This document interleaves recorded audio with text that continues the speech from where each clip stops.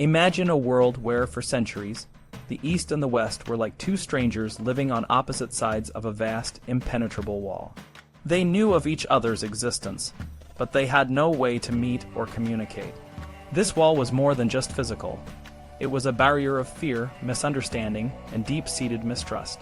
Then, one day, in a twist of fate that seemed almost too good to be true, the wall suddenly crumbled. For a brief, shining moment, the East and the West met, and the world changed forever.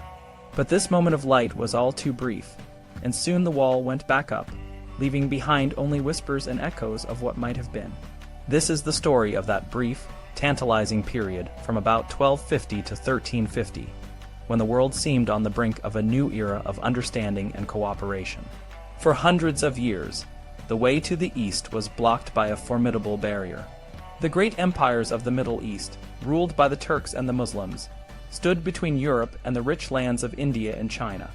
European merchants and explorers had to wait for their goods to reach major trading cities like Aleppo, Damascus, or Alexandria. The journey was long, dangerous, and filled with uncertainty. But then, in the mid-13th century, something extraordinary happened. The wall began to crumble, and a new path opened up. This new path was not created by European soldiers or statesmen. It was created by a people who, in the eyes of many Europeans, were seen as barbarians and invaders.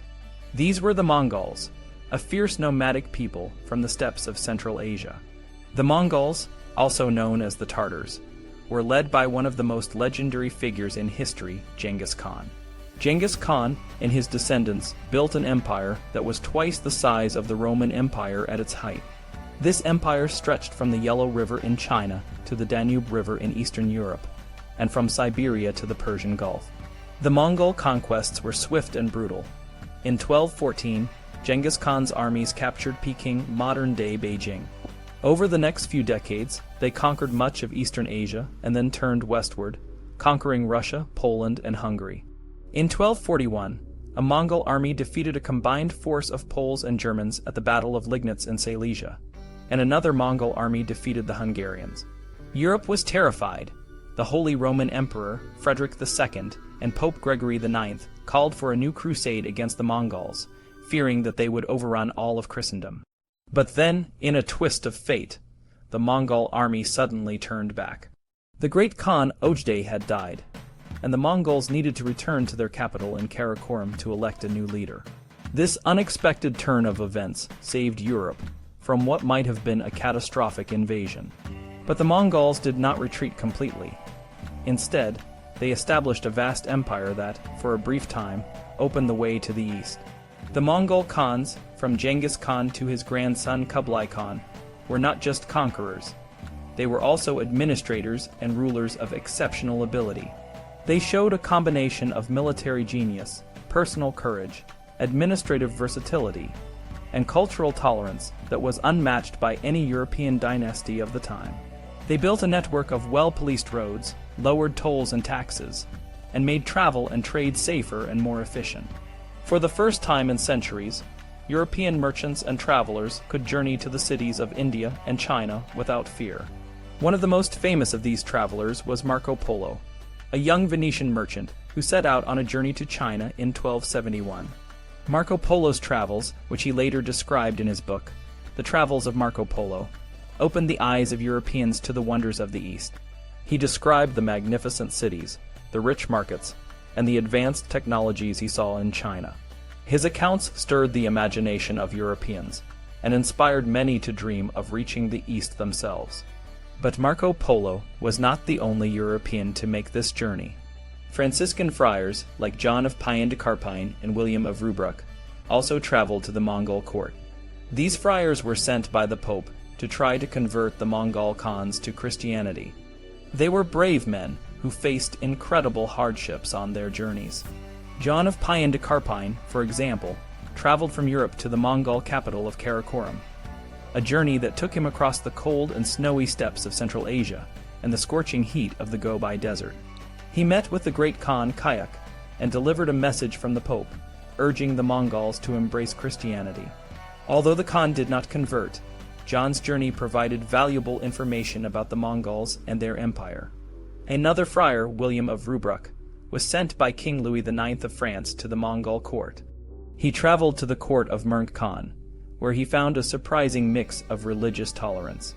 The Mongol Khans allowed priests from different religions, Catholics, Nestorians, Armenians, Manichaeans, Buddhists, and Muslims, to practice their faiths freely. William's account of his journey, the journey of William of Rubruck to the eastern parts of the world, is one of the most detailed and valuable sources of information about the Mongol Empire. The Mongol Empire's religious tolerance and openness to trade created a golden age of exploration and cultural exchange. For the first time, Europeans could travel to the east and return with stories and goods that captivated their fellow countrymen. This period of openness and exchange was a glimpse of what could have been a world where the East and the West worked together, shared knowledge, and enriched each other's cultures. But this golden age was all too brief. In the mid-14th century, the Mongol Empire began to disintegrate. The Black Death, a devastating pandemic that killed millions of people, struck in 1347.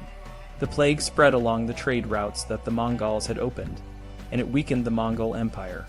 Internal conflicts and power struggles also contributed to the empire's decline. By the end of the 14th century, the Mongol Empire had fragmented into smaller, weaker states, and the way to the east was once again closed to Europeans. For decades, the dreams of reaching the east seemed to be just that, dreams. It would take another century before Europeans found a new way to reach the east, this time by sea. In the late 15th century, explorers like Christopher Columbus and Vasco da Gama discovered new sea routes to India and the Far East. These discoveries opened up a new era of exploration and trade, but they also marked the beginning of European colonialism, a period of domination and exploitation that would have far-reaching consequences for the world.